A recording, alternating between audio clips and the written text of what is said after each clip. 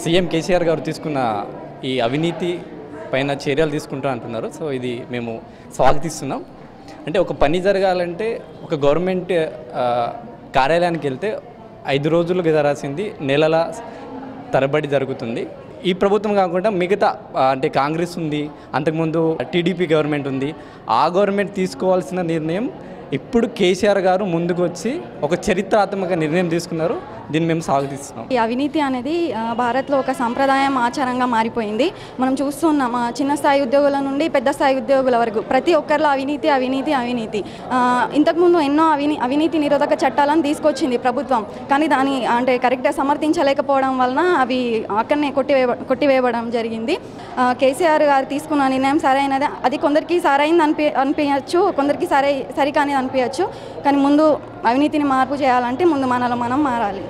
కేసీఆర్ గారు తీసుకున్న నిర్ణయం మంచిదే. ఇది జస్ట్ ప్రారంభం మాత్రమే. దీన్ని మనం కూడా సహకరించి అభివృద్ధి చేయాలని కోరుకుంటున్నాం. సీఎం గారు కేసీఆర్ గారు ఒక్కరే దీన్ని అభివృద్ధి చేయాలంటే అది కాని పని. అందరూ సహకరించినప్పుడే ఆ పని సఫలమవుతుంది. దయచేసి అందరూ సహకరించండి, కరప్షన్ని నిర్మూలించండి.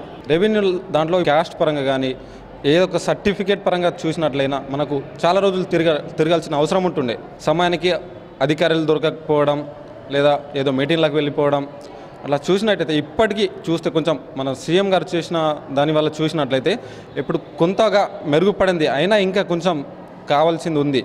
కేసీఆర్ గారు తీసుకున్న నిర్ణయం పట్ల ప్రత్యేకించి మేము యువత అనేది దీన్ని చాలా వరకు మేము సపోర్ట్గా నిలబడతాం. ఇప్పుడు కొంతమంది రెవెన్యూ అధికారులు ఇక్కడ ఉన్న వాళ్ళు 90 కాదు 100కి 100% ఎవరు తీసుకోకుండా లంచం తీసుకోకుండా ఉంటే మన తెలంగాణ అనేది ఇంకా సక్సెస్ఫుల్ అవుతుంది. ఒక రెవెన్యూ డిపార్ట్మెంట్ కాదు, అన్ని డిపార్ట్మెంట్లు మేము లంచం తీసుకుంటలేము అనేది కాదు, 90% అని కాదు 100%గా ఎవరు తీసుకోకుండా ఉంటే మన తెలంగాణ అనేది మొదటి స్థానం ఇంకా మంచిగా అభివృద్ధి చెందుతుంది. మా సపోర్ట్ మా సీఎం సార్ అయిన కేసీఆర్ సార్కి ఉంటుంది.